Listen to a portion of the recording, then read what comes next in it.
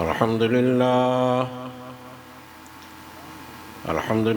نحمده ونستعينه ونستغفره ونؤمن به ونتوكل عليه ونعوذ بالله من شرور أنفسنا ومن سيئات أعمالنا من يهده الله فلا مضل له ومن يضلله فلا هادي له ونشهد أن لا إله إلا الله وحده لا شريك له ونشهد أن سيدنا وحبيبنا وشفيعنا ومولانا محمدا عبده ورسوله وصلى الله تعالى عليه وعلى جميع الأنبياء والمرسلين وعلى آله وأصحابه والتابعين أما بعد فأعوذ بالله من الشيطان الرجيم بسم الله الرحمن الرحيم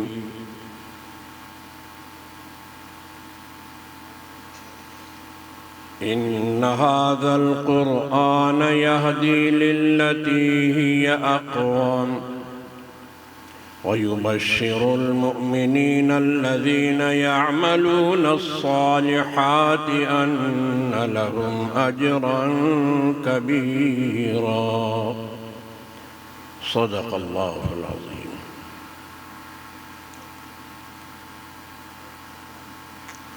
قابل صد احترام علماء اکرام، حفاظ اکرام،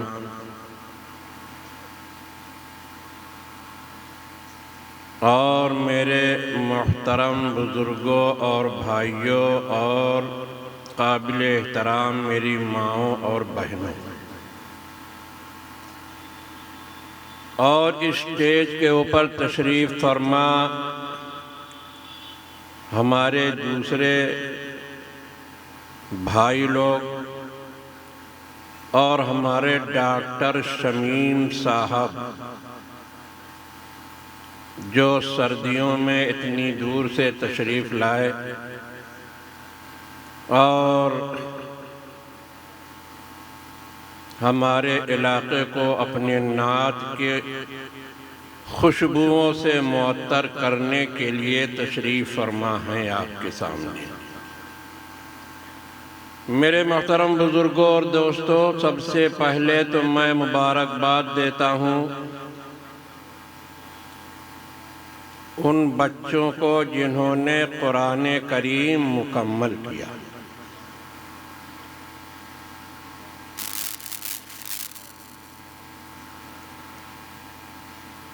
اور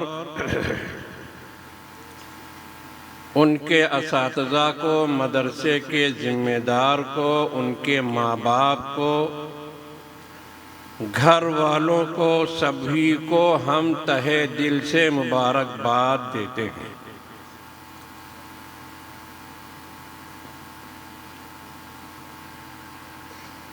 آپ کے بچے نے قرآن کریم کے انوار اور برکات سے، الفاظ سے اپنے دل کو مزین کر لیا، اپنے دل کو اس کی رحمتوں اور برکتوں سے مالا مال کر لیا۔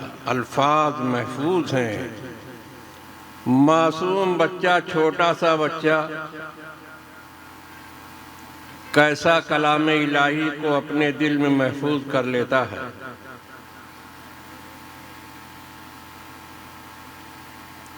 ہمارا بچہ 7 سال کا تھا، ہم اس کو گود میں اٹھا کے لے گئے، رمضان میں کھڑا کر لیا پیچھے، ابو ہم بھی چلیں گے، ابو ہم بھی چلیں گے، ابو ہم بھی چلیں گے، تو اس کو لے گئے، اس کو پیچھے کھڑا کر دیا۔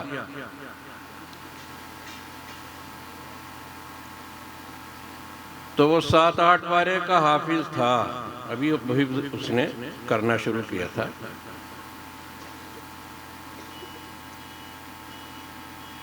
وہ ہمارا پڑھنا مشکل کیے، بالکل ذرا سا کہیں رکا ہے بکھٹ سے بول دے، وہ جہاں کہیں رکا ہم بکھٹ۔ ہم یہ ڈر رہے تھے کہیں یہ نہ کہہ دے کہ ابو رکیا یہاں پر آپ نے غلطی کر دی آپ نے، لیکن خدا کا کرم ہوا کہ وہ جو ہے یہ نہیں کا ناسمجھ بچہ کچھ بھی کر سکتا ہے؟ ہمیں ایک مرتبہ اپنے پیچھے لے کے اس کو نماز دروازے کے در میں ہم نے اس کو کھڑا کر دیا کہ بیٹا یہیں کھڑے رہنا۔ بس جیسے ہی ہم نے نیت باندھا، بس لوگوں کے بیچ سے ہوتا ہوا پیروں کے بیچ سے نکل گیا اور میرے بغل میں جا کے کھڑا ہو گیا۔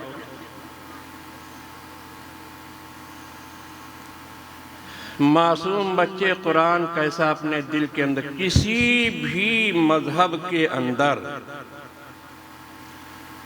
کوئی بھی مذہب والا مثال نہیں پیش کر سکتا کہ اس کی کتاب کے حافظ اس قوم میں موجود ہیں۔ چھوٹے بچے تو چھوڑیے، بڑے نہیں حافظ ملیں گے آپ کو کسی بھی مذہبی کتاب کے۔ یہ قرآن کریم اللہ کا کلام ہے، یہ اس کا معجزہ ہے کہ چھوٹے چھوٹے بچے اس کو یاد کر لیتے ہیں، اس کو محفوظ کر لیتے ہیں۔ آپ موبائل اپنا بند کر دیجئے، موبائل والے جتنے موبائل بند کر دیں، سب سے بڑا موبائل لگا ہے سامنے، کے بغیر تو اب جلسہ ہوتے نہیں ہے، جلسہ نامکمل ہے اگر یہ نہ لگے تو۔ علماء کرام بھی موجود ہیں، مفتیان کرام بھی موجود ہیں، اب ہم اکیلے کیا بولیں؟ بولتے بولتے تھک گئے، معلوم ہے جب ہمارا بیان ہوتا ہے تو بند کر دیتے ہیں، اس کے بعد جب پھر جلسہ شروع ہوتا ہے پھر چالو کر دیتے ہیں، اور کہیں اور سختی کیا، اچھا ٹھیک ہے بند رہے گا، موبائل جیب میں رکھ لیا، ذرا سا اوپر نکال لیا، سب کچھ تو اس کے اندر آ رہا ہے، اب منع کرو، اب کا منع کریے۔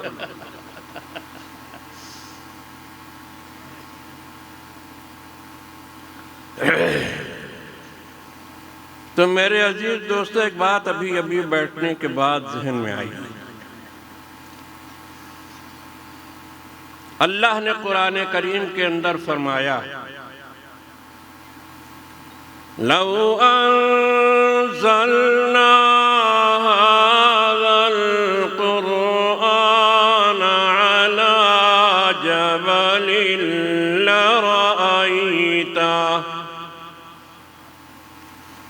لَرَأَيْتَهُ خَاشِعًا مُتَصَدِّعًا مِّنْ خَشْيَةِ اللَّهِ۔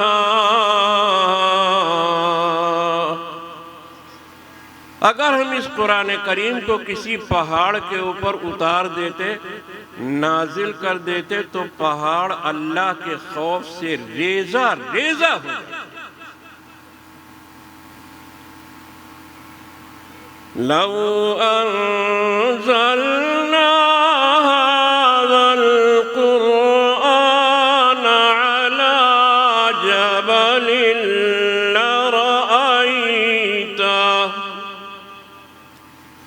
لَرَأَيْتَهُ خَاشِعًا مُتَصَدِّعًا مِّنْ خَشْيَةِ اللَّهِ۔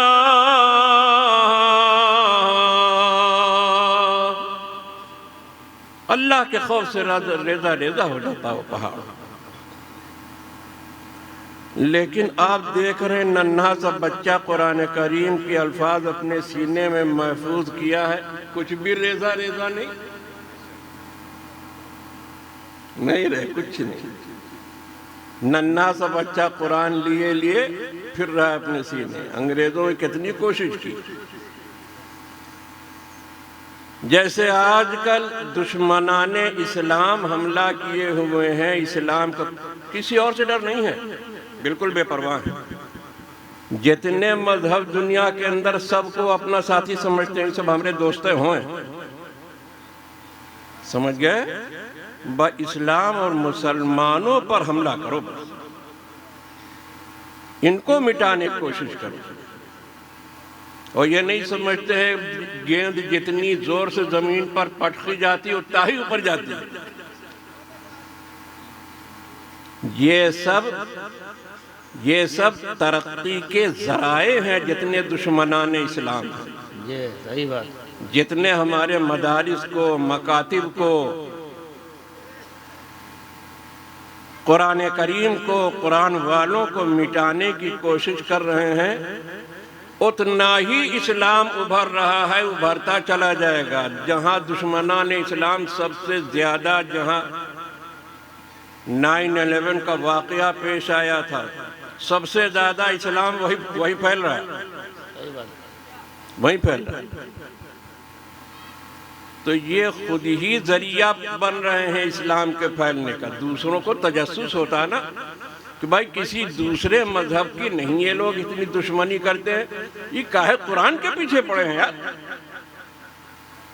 اسلام و مسلمانوں کے پیچھے کیوں پڑے ہیں؟ ہے کوئی خاص بات ضرور تو وہ خاص بات میں، ہاں بھیا گھمائے رہا 70، وہ تو خاص بات جو ہے وہ اس کے تجسس میں آدمی لگ جاتا ہے، اسی میں ترقی کرتا ہے. تو ہم یہ عرض کر رہے تھے آپ سے کہ ننھا سا بچہ اپنے دل کے اندر قرآن لیے پھرتا ہے. انگریزوں نے کتنی کوشش کر ڈالی قرآن کو مٹانے کی. کسی طرح قرآن مٹا دو، مسلمان برباد ہو جائے گا، خود ہی تباہ ہو جائے گا. لیکن ایک ان کے دوست نے، مسلمان نے دعوت کر دی، انگریز کی افسر کی، حاکم دعوت کر دی. اس کے بعد ایک بچے کو بلایا، کہا ننھا سا بچہ چھوٹا، کہا یہ حافظ ہے قرآن، اس کے سینے میں محفوظ ہے. اس بچے سے سنا گیا، ادھر سب طرف سے سنا گیا.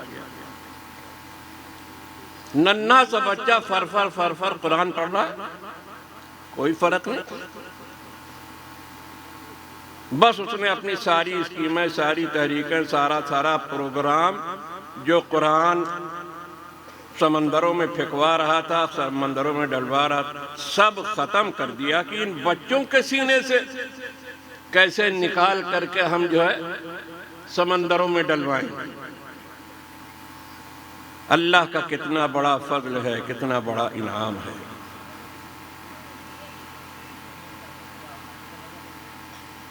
تو میرے محترم دوستو، ہم یہ عرض کر رہے تھے آپ سے کہ چھوٹا سا معصوم بچہ اپنے دل کے اندر قرآن لیے پھرتا ہے، لیکن ریزہ نہیں ہوتا. اور قرآن خود کہہ رہا ہے اگر ہم قرآن کریم نازل کر دیتے کسی پہاڑ کے اوپر تو وہ ریزہ ہو جاتا. ہوا کیا؟ یہ بچے نے کیسے اٹھا لیا قرآن؟ ہوا یہ کہ جب چلا قرآن کریم ہیڈ کوارٹر سے تو جلال الہی کا عالم تو وہی تھا، جلال کا عالم وہی تھا جو ہونا چاہیے کہ پہاڑ پر اگر اتار دیا جائے تو ریزہ ہو جائے. لیکن جب وہ قرآن چلا اور گزرا رحمت للعالمین سے ہو کر کے تو وہ جلال جمال میں بدل گیا. کیا بات ہے، سبحان اللہ، وہ جلال جمال میں بدل گیا. جلال جمال میں اللہ کے فضل سے، اللہ کے کرم سے وہ جلال جب جمال سے گزرا تو دونوں مل کر اعتدال پیدا ہو گیا. اب نہیں ہوتا. اب تو چھوٹا سا بچہ بھی لیے پھر رہا ہے قرآن کریم. تو میرے محترم دوستو، حافظوں کو یہ بات یاد رکھنا چاہیے کہ بڑے خوش نصیب ہیں، یہ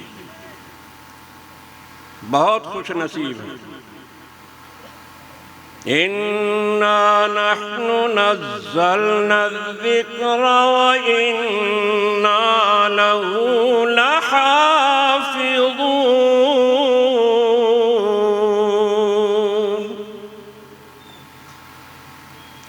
قرآن کریم کو ہم ہی نے نازل کیا اور ہم اس کی حفاظت کر رہے ہیں. توریت بدل گئی، انجیل بدل گئی، تمام کتابیں سب رد و بدل ہو گئیں. لیکن قرآن کریم کے اندر ایک شوشے کا فرق نہیں آیا، ایک شوشے کا فرق نہیں کر سکتا کوئی۔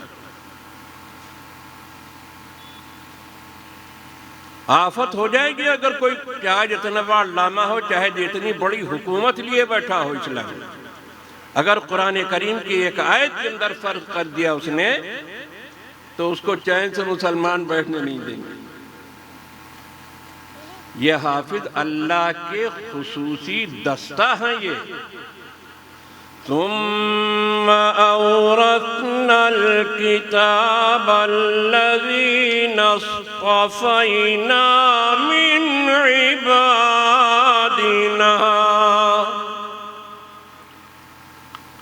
ہم نے اپنی کتاب کا وارث ان لوگوں کو بنایا جن کو میں نے اپنے لیے منتخب کر لیا۔ یہ منتخب شدہ دستہ ہے اللہ کا۔ الذین اصطفینا من عبادنا، تو حافظوں کے بڑے فضائل ہیں، بڑی خوش نصیبی ہے ان کی۔ ہم یہ عرض کر رہے تھے کہ آگے والی بات یاد رکھنا چاہیے، وَعَمِلَ بِهِ، سورج کی طرح سورج کی طرح روشنی ملے گی، سب کچھ ہوگا، سب کچھ ہوگا۔ تاج پہنایا جائے گا، ایسی روشنی اس تاج کو ملے گی۔ لیکن آگے اللہ کے رسول صلی اللہ علیہ وسلم نے فرما دیا کہ جو حافظ قرآن پر عمل کرے اس کے لیے تمام فضائل ہیں، اور جو قرآن کریم کے مطابق عمل نہ کرے تو وہ الذین اصطفینا کے دائرے سے باہر ہے، اللہ کا خصوصی دستہ نہیں ہے، اللہ کا خصوصی دستہ نہیں ہے۔ اس لیے حافظوں کو پوری زندگی اس بات کا خیال رکھنا چاہیے کہ اللہ پاک نے ہم کو خوش نصیب اور اپنا خصوصی دستہ بنایا ہے، تو اسی حساب سے پھر ہم کو اپنی پوری زندگی گزارنا ہے، پوری زندگی اسی حساب سے گزارنا ہے۔ اور اگر نہیں گزارے گا، عمل نہیں کرے گا، اللہ نے تو بھائی واضح کر دیا ہے، تبارک الذی بیدہ الملک وہو علی کل شیء قدیر۔ بابرکت ہے وہ ذات کہ جس کے قبضہ قدرت کے اندر سلطنت ہے، اور وہ ہر چیز پر قادر ہے۔ اس مختصر سی تمہید کے بعد اللہ فرماتا ہے، الذی خلق الموت والحیاة لیبلوکم ایکم احسن عملا۔ وہ ذات کہ جس نے موت کو پیدا کیا، جس نے زندگی کو پیدا کیا، لِيَبْلُوَكُمْ أَيُّكُمْ أَحْسَنُ عَمَلًا،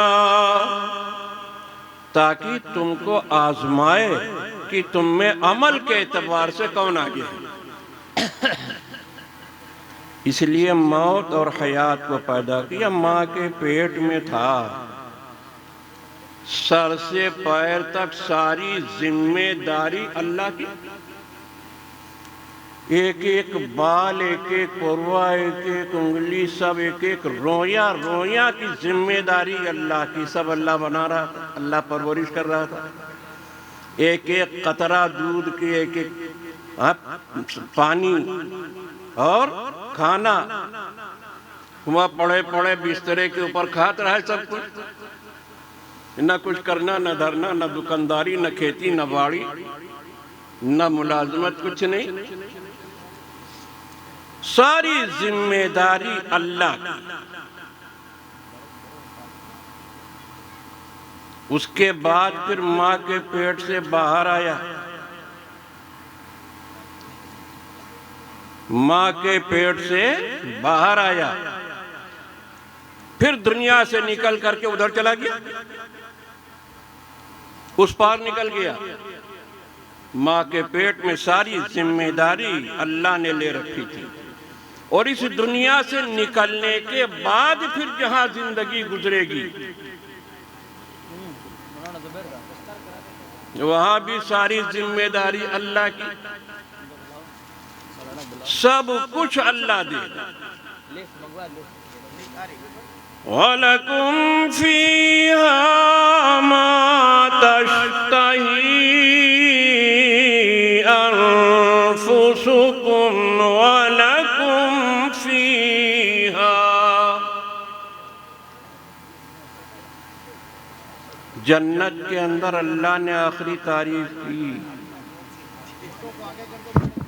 جنت کیا ہے؟ وہاں جو تم چاہو گے وہ تم کو ملے گا، بس بات ختم۔ وَلَكُمْ فِيهَا مَا تَشْتَهِي أَنفُسُكُمْ وَلَكُمْ فِيهَا وَلَكُمْ فِيهَا مَا تَدَّعُونَ۔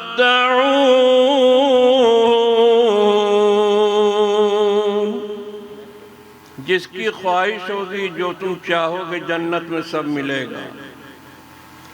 آپ کے گھنے سائیدار باغ کے اندر بڑے بڑے لال لال انار لگے ہیں، آپ کے دل میں خواہش پیدا ہوئی۔ کہا ہم ہوتے ہیں صاحب، ہمارا ٹائم ہو گیا کیا؟ اچھا،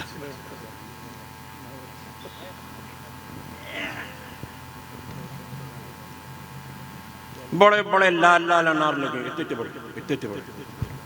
آپ نے دیکھا اپنے سونے اور چاندی اور ہیرے اور زمرد اور جواہرات کے محل کے دالان میں بیٹھے ہوئے، سونے کے تخت پر بیٹھے ہوئے، مسند لگائے ہوئے، اپنی اہلیہ محترمہ کے ساتھ، حور کے ساتھ نہیں، اپنی اہلیہ کے ساتھ۔ دنیا کی بیوی جو ہوگی، آپ سوچ رہے ہوں گے کہ بتاؤ بتاؤ اتنی محنت کیا، معلوم ہو رہا ہے کہ حور ملی ہے، ہوا اتنی خوبصورت کہ حد انتہا ختم۔ ایک پوروا دکھا دے آسمان کے نیچے، اندھیری رات، دنیا روشن ہو جائے، اتنی حسین اور خوبصورت۔ اور یہاں قاری صاحب کہتے ہیں کہ وہاں وہی والی ملی ہے جو نہیں آ رہا ہے، پیچھا کیا رہا ہے۔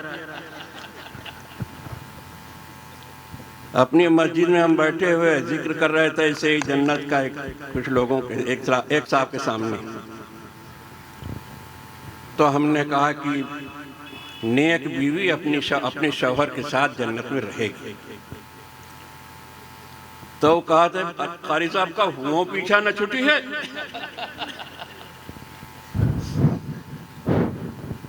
ایسا نہیں ہے، دنیا کی نیک بیوی جنت کے اندر حور سے 70,000 گنا زیادہ اس کی خوبصورتی بڑھی ہوئی ہوگی۔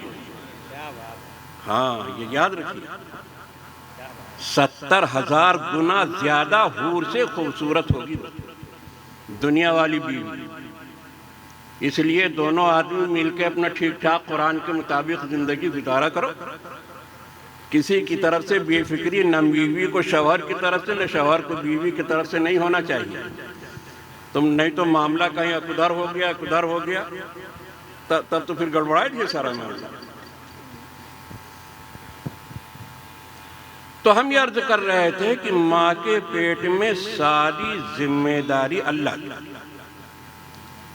اور اس کے بعد پھر جب اس دنیا کے پیٹ سے نکل کے اللہ پاک سے ادھر پہنچا دیں گے، وہاں بھی ساری ذمہ داری اللہ کی. ہم یہ عرض کر رہے تھے کہ آپ اپنے دالان میں بیٹھے ہوئے دیکھیں گے میرے باغ کے اندر انار کا درخت ہے، بڑے بڑے انار لگے اس میں، تو آپ کے دل کے اندر خواہش پیدا ہوگی کہ وہ انار کا کھانے کو مل جاتا ہے تو بڑا اچھا تھا.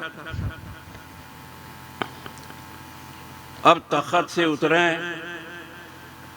دودھ کی نہر، شہد کی نہر، شراب طہور کی نہر، پانی کی نہر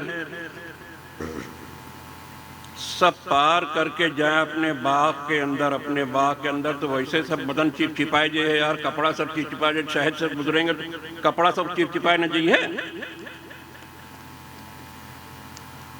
اللہ نے معاملہ حل کر دیا. وَلَكُمْ فِيهَا مَا تَشْتَهِي أَنفُسُكُمْ وَلَكُمْ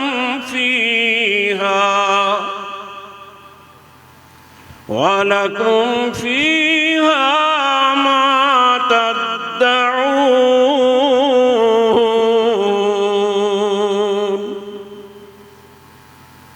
زبان نہیں ہلانے کی ضرورت پڑے گی وہاں پر، کسی کو پکارنے کی بھی ضرورت نہیں پڑے گی، فرشتے یہاں فرشتے یہاں 10 انار لا دو، کچھ نہیں.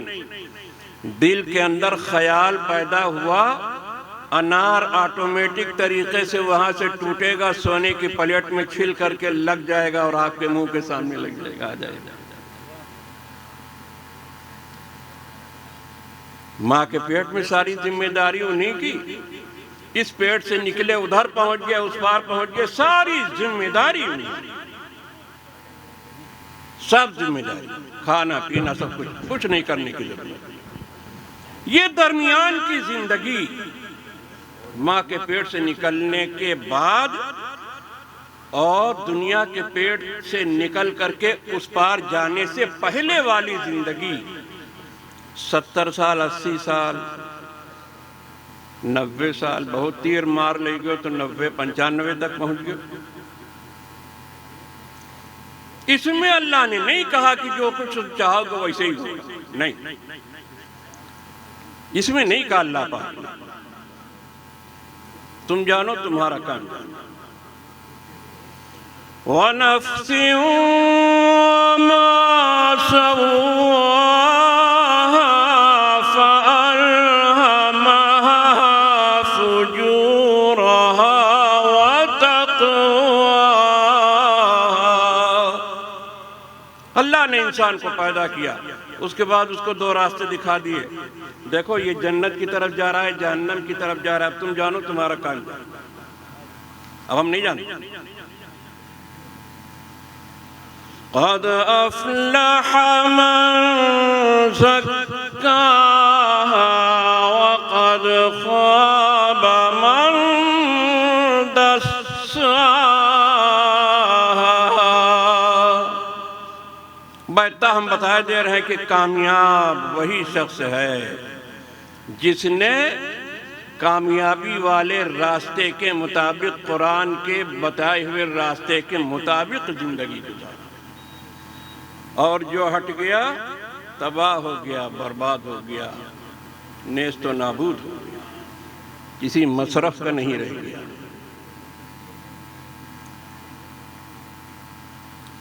قَدْ أَفْلَحَ مَنْ زَكَّاهَا وَقَدْ خَابَ مَنْ دَسَّاهَا.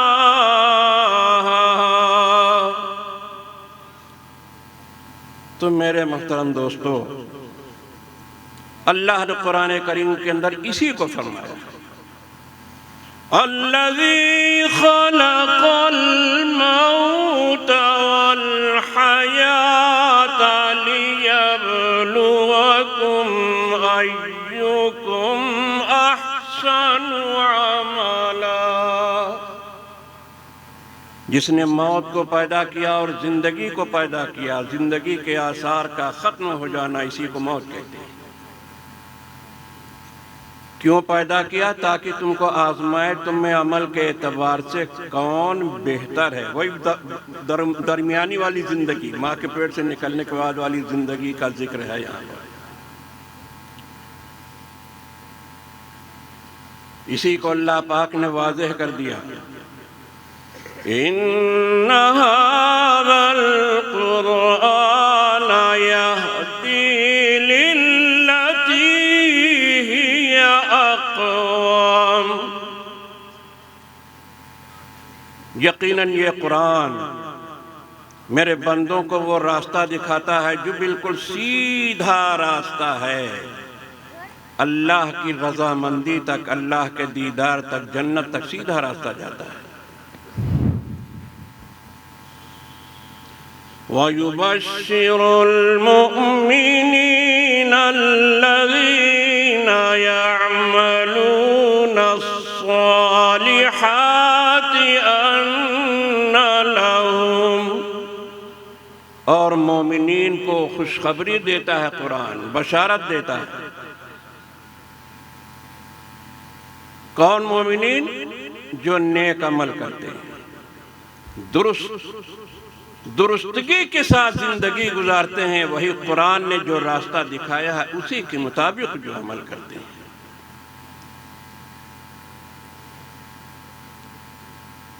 اب سوچو، اب ہم لوگ خود سوچ لیں کہ قرآن نے جو راستہ بتایا تھا اس کے مطابق ہماری زندگی گزر رہی ہے یا نہیں گزر رہی ہے، اور ہم مومن حقیقت میں ہیں یا نہیں۔ مردوں کو بھی سوچنا چاہیے، عورتوں کو بھی سوچنا چاہیے۔ ایسا نہیں ہے کہ عورتوں میں ایمان اور عمل کے اعتبار سے عورتیں پیچھے رہی ہوں اور ان کی زندگی اس سلسلے میں پیچھے رہی ہو مردوں سے۔ نہیں، ایسا نہیں ہے۔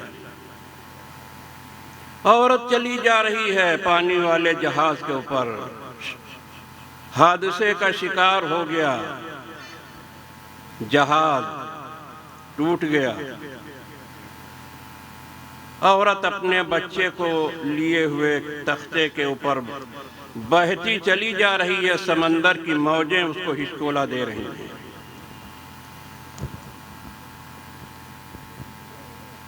قریب میں دیکھا کہ ایک حبشی ہے، بہت تندرست توانا جوان، بہتا چلا آیا، اس عورت کو دیکھا تو پانی کو کاٹتا ہوا ہاتھ سے اس تک آ کے پہنچ گیا، اور اپنے تختے سے کود کر کے اس کے اوپر آ گیا، اس تختے کے اوپر آ گیا، اور عورت سے غلط مطالبہ کرنے لگا۔ عورت بے بس، اس نے اپنے بچے کو چٹکی کاٹ لیا زور سے، بچہ چین سے رونے لگا، بچہ رونے لگا۔ تو جب عورت بے بس ہو گئی تو اس نے کہا ٹھیک ہے بچے کو ہم دودھ پلا دیں، تب اس کے بعد پھر اپنا جو ہونا ہوگا ہو جائے گا۔ جان چھڑانے کی کوشش کیا اس نے کہا کچھ نہیں، بچے کی ٹانگ پکڑا، دن سے اٹھا کر کے پھینکا اس کو سمندر کے اندر۔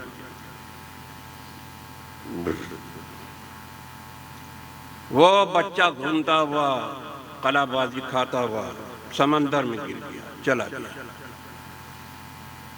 بچہ چلا گیا، ماں کی گود سے بچہ چھین کر کے پھینک دیا۔ عورت نے کہا اللہ، میں آپ کی پناہ چاہتی ہوں اس مرد سے۔ اَمَّن يُجِيبُ الْمُضْطَرَّ إِذَا دَعَاهُ، پریشان حال جب اللہ کے سامنے ہاتھ پھیلاتا ہے، اللہ کے سامنے روتا گڑگڑاتا ہے، اللہ کی طرف بے سہارا ہو کر کے اللہ کی طرف سہارا لگاتا ہے، تو اللہ اس کی مصیبت کو دور کرتا ہے، اللہ اس کی مصیبت کو دور کرتا ہے۔ ٹوٹے ہوئے دل کی قدر اللہ کے ہاں بہت ہے، بہت قدر ہے۔ دلی کی جامع مسجد سے ایک بزرگ نکلے باہر، دیکھا ایک عورت شربت لیے کھڑی ہے گلاس کے اندر۔ حضرت شربت پی لیے، شربت پی لیے۔ حضرت نے شربت لیا اور پورا گلاس پی گئے۔ مریدین پیچھے تھے، حضرت تو آپ کا روزہ، آپ کا روزہ، ارے آپ کا روزہ ہے۔ نفلی روزہ تھا، رمضان کا روزہ نہیں تھا۔ حضرت آپ کا روزہ ہے۔ تو حضرت نے فرمایا کہ مجھے پتا ہے کہ میرا روزہ ہے، لیکن یہ یاد رکھو، روزہ اگر ٹوٹ جائے تو اس کی قضا ہو سکتی ہے، انسان کا دل اگر ٹوٹ جائے تو اس کی کوئی قضا نہیں۔ روزہ تو ہم بعد میں قضا کر لیں گے، اس میں کون سی بات ہے۔ اور اس موقع کے اوپر ایک بات بہت ذہن میں آ رہی ہے ہمارے، سوچتے ہیں اس کو بتا دیں، آپ کو بہت سی جگہوں پر کام دے گی، بہت سے مقامات پر کام دے گی۔ حضرت آ گئے، حضرت آ گئے، مولانا نبی آ گئے، آ گئے۔ جیسے ہی آئیں گے ہمارا کان کر لیجیے۔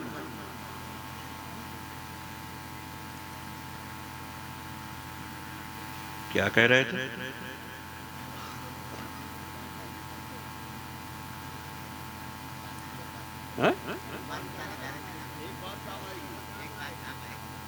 ہاں وہ بہت قیمتی بات ہے۔ کیسے کیسے مسائل ہمارے اکابرین بزرگوں نے حل کر دیے۔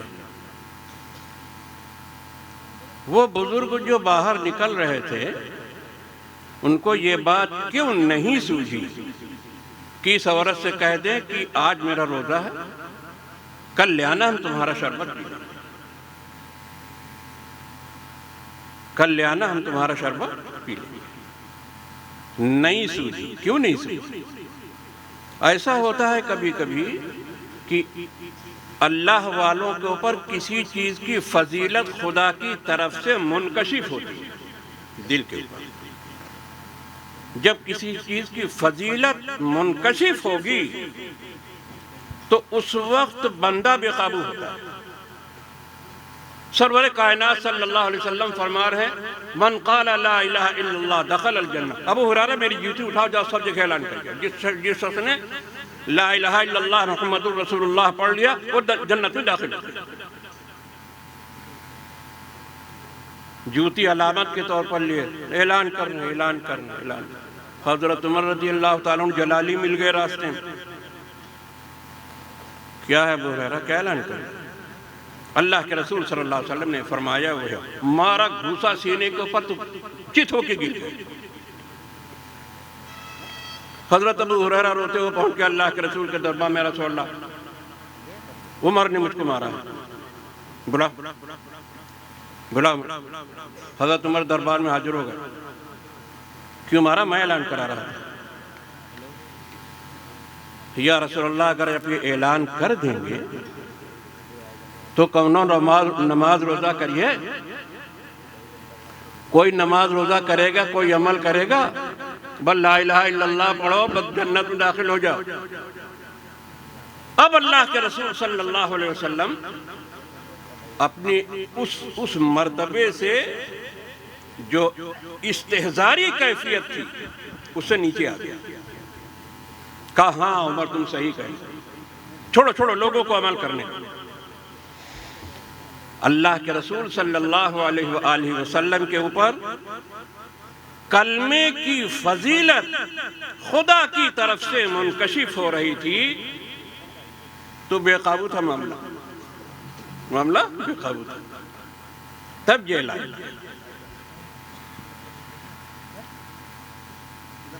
ایسے اہل اللہ کے ساتھ بہت ہوتا ہے، تو اللہ کے رسول صلی اللہ علیہ وسلم کے ساتھ بھی ایسا کبھی کبھی ہوتا تھا۔ تو وہ بزرگ جو نکل رہے تھے جامع مسجد سے، اس وقت ان کے اوپر قلب کی فضیلت منکشف ہو رہی تھی، دل کی فضیلت، بے قابو تھے، اس کے علاوہ کوئی دوسری چیز انہیں سوجھ ہی نہیں سکتی تھی، لہذا وہ بے قابو تھے اور شربت پورا پی گئے۔ تو میرے محترم دوستو، اللہ فرماتا ہے کہ ہم نے تم کو زندگی دی ہے تاکہ تم کو ہم آزمائیں کہ تم میں کون عمل کے اعتبار سے آگے ہے۔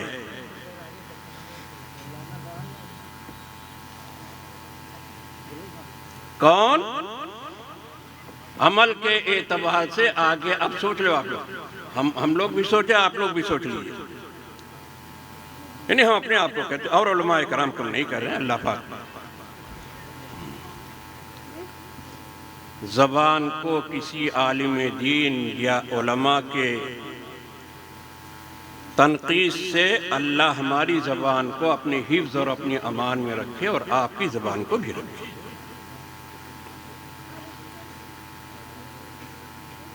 ذرا سوچنا چاہیے،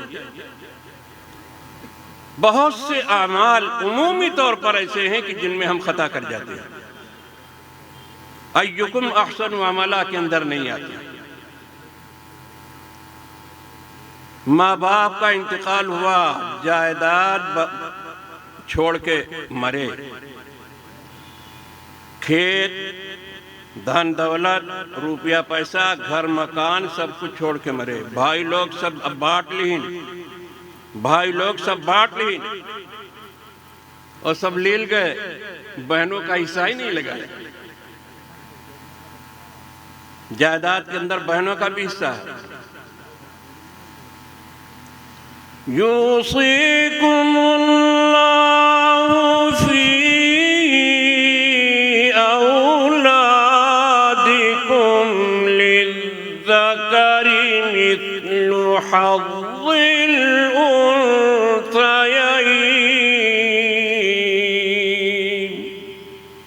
اللہ تم کو حکم دیتا ہے تمہاری جائیدادوں کے بارے میں، اولاد کے بارے میں، لڑکی کا آدھا، لڑکے کا پورا حصہ ہے۔ 30 لاکھ روپیہ ہے، ایک لڑکا ایک لڑکی، 20 لاکھ روپیہ لڑکے کا، 10 لاکھ روپیہ لڑکی، باعث ہی تقسیم ہو جائے گا۔ علماء کرام، مفتیان کرام سے معلوم کر لیجئے، ماں باپ کا انتقال ہوا ہے یا ماں باپ زندہ ہے، کیسے جائیداد تقسیم ہوگی؟ تو مفتیان کرام ایک ایک حصہ سب نکال کر کے علماء کرام آپ کو بتا دیں گے۔ بہنن کا حصہ نہ لگائی، سب لیل کر کے بیٹھ گئے سب۔ پوچھو مفتیان اکرام، علماء اکرام تشریف فرما ہے، اس کھیت کا غلہ جائز ہے؟ اس گھر میں رہنا جائز ہے؟ پورے گھر کے اندر بہن کا حصہ پھیلا ہوا ہے، پورے کھیت کے اندر بہن کا حصہ پھیلا ہوا ہے، جب تک علیحدہ نہ کر دیے جائے۔ سب اتارے ہم لوگ اپنے گلے، سب اتارے ہیں۔ زیادہ دن نہیں رہنا دنیا میں، قبر کے اندر پہنچے گا کہ پیسے کا حساب دینا ہوگا، زندگی کا حساب دینا ہوگا۔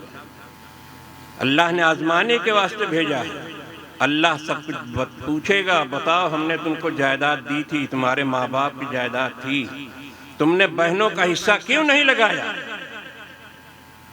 بیوی کا مہر ادا کیا کہ ایسے ہی چلے آئے ہو؟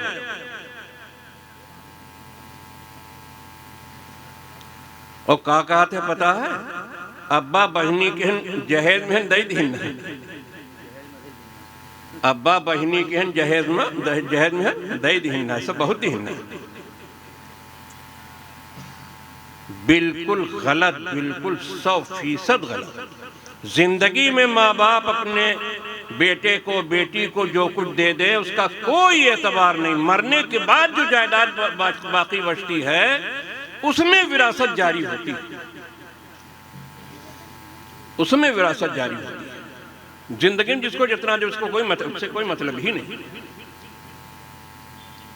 اور بہت کسی کو خدا کا خوف سمایا تو کہا تھا بہنی لے ہو، بہنی کھیت میں حصہ لے ہو۔ اب بہنی کہا اتنی بے حیا ہے کہ کہہ دے گی کہ ہاں بھئی ہم لے بھئی حصہ، نہیں، اس کے انکار کا بھی اعتبار نہیں۔ اگر بہن انکار کر دے تو اس کے انکار کا اعتبار نہیں ہے، اچھی طرح یاد رکھیے۔ آپ اس کا حصہ کاٹ کر کے کھیت میں سے، روپے پیسے میں سے، گھر مکان میں سے، دھن دولت میں سے، کپڑے لتے میں سے، برتن بھاڑے میں سے نکال کر کے اس کا حصہ دے دے۔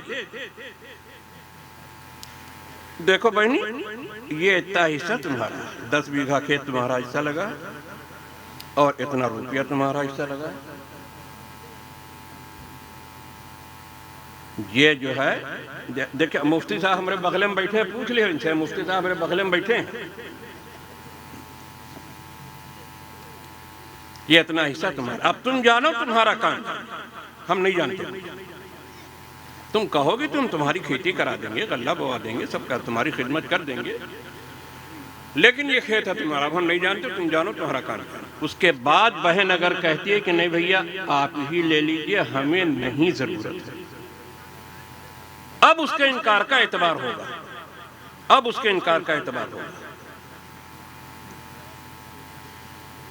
تو میرے محترم دوستو، قرآن کریم پڑھنے والے، یاد کرنے والے بہت بابرکت ہیں. مبارک مبارک، 1000 بار مبارک. تو آپ ان حافظوں کو تو مبارکبادی زمین اور آسمان کے پیدا ہونے سے 1000 سال پہلے مل چکی ہے. زمین اور آسمان کے پیدا کرنے سے پہلے 1000 سال پہلے اللہ پاک نے سورہ یاسین فرشتوں کو سنائی تھی. ان فرشتوں نے اس وقت کہا تھا یہ کلام، یہ قرآن جس امت کو ملے گا وہ امت قابل مبارکباد، جو پڑھیں گے وہ قابل مبارکباد، جو دل اس قرآن کو اٹھائیں گے وہ قابل مبارکباد. مبارکبادی بہت پہلے آپ حضرات کو مل چکی ہے. تو میرے محترم دوستو، قرآن پر عمل کرنے کے لیے اللہ نے موت و حیات پیدا کیا. الذی خلق الموت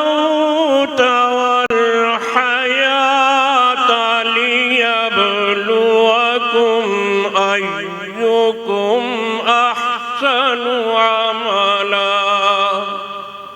ہاں تو وہ عورت والا قصہ تو رہ گیا. وہ عورت نے جب اللہ پاک سے پناہ طلب کی تو ایک سمندر سے ایک جانور نے منہ نکالا اور اس حبشی کو اپنے منہ کے اندر لے کر کے اور نکل گیا اور پھر سمندر میں اتر گیا. اس کے بعد وہ چلی گئی اپنا حج کرنے کے لیے. بچے کو گود میں لے ہوئے، اے اللہ وہ زمانہ، اے اللہ تیرا کتنا بڑا کرم ہے، اے اللہ کتنا. یہی رٹ لگائے جا رہی تھی. وہ ایک بزرگ نے پوچھا بٹیا یہ کیا کہہ رہی ہو؟ کہا بس معاملہ ایسے ہی ہے. کیا معاملہ؟ ایسے ایسے ایسے ایسے ہم سفر کر رہے تھے، ایسے ایسے میرے اوپر ایک حبشی نے حملہ کر دیا، پھر ہم اکیلے ہو گئے تختے کے اوپر. وہ تختہ ہم کو لیے جزیرے سے جا کے ٹکرایا. ہم جزیرے پر اتر گئے، 3 دن وہاں گھاس پھوس کھا کر کے زندگی گزارتے رہے. بہت 3 دن کے بعد محسوس ہوا کہ جیسے کوئی چھوٹی کشتی جہاز گھر سے آ رہا ہے. میں نے کپڑا ہلایا تو وہ جو ہے وہ لوگ چھوٹی کشتی سے میرے پاس آ گئے اور ہم کو لے کر کے ان سے میں کشتی میں بٹھا لیا. وہ پھر ہم کو لے کر کے اپنے جہاز میں چلے گئے. ہم اپنے جہاز کے اندر جا کر کے جہاز میں داخل ہوئے. میں نے دیکھا بچہ ایک صاحب کی گود میں ہے. میں گر پڑی اس کے اوپر اور میں نے کہا یہ میرا بچہ ہے، یہ میرا بچہ ہے، میرا بچہ ہے. تو انہوں نے کہا تیرا دماغ چل گیا ہے کیا؟ پتہ نہیں کون سی پاگل عورت ہے یہ بچہ تمہارا کیسے ہو جائے گا؟ کہا رے میرا بچہ ہے. کیسے تمہارا ہو جائے گا؟ کہا ایسے ایسے ایسے ایسے ہم تخت پر تھے، میرے اوپر حبشی نے حملہ کیا، اس حبشی نے اس کی ٹانگ پکڑ کے سمندر میں پھینک دی. یہ آپ لوگوں کے پاس آیا کیسے؟ عورت کے ایمان، عورت کے عمل، عورت کے یقین کی بات ہم آپ کو سنا رہے ہیں. تو جہاز والے بھی سنانے لگے. کبھی ہم لوگ سفر کر کے آ رہے تھے، راستے میں ایک جانور نکلا سمندر سے.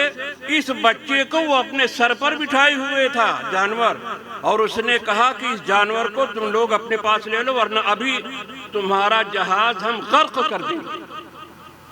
ابھی ہم ایک ایسے منہ سے پکڑیں گے، لے کر کے بیٹھ جائیں گے اندر. جلدی سے ہم لوگوں نے اس بچے کو اٹھایا اور اپنے جہاز میں ہم نے بچھا دیا۔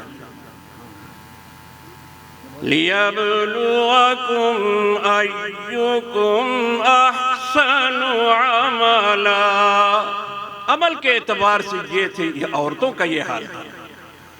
تو میرے محترم دوستو، اللہ ہم سب کو عمل کی توفیق عطا فرمائے، قرآن کریم پر کے مطابق چلنے کی توفیق عطا فرمائے۔ جو حالات مدارس کے اوپر، قرآن کے اوپر، مسلمانوں کے اوپر آ رہے ہیں، وہ تمام حالات کا پوری ہمت، عزم اور استقلال کے ساتھ مقابلہ کرنے کی توفیق عطا فرمائے، اور اللہ پاک قرآن کی، مدارس کی، مکاتب کی، معابد کی، سب کی اللہ پاک اپنے فضل اور کرم سے حفاظت فرمائے۔ وآخر دعوانا ان الحمدللہ رب العالمین۔ ماشاءاللہ، الحمدللہ۔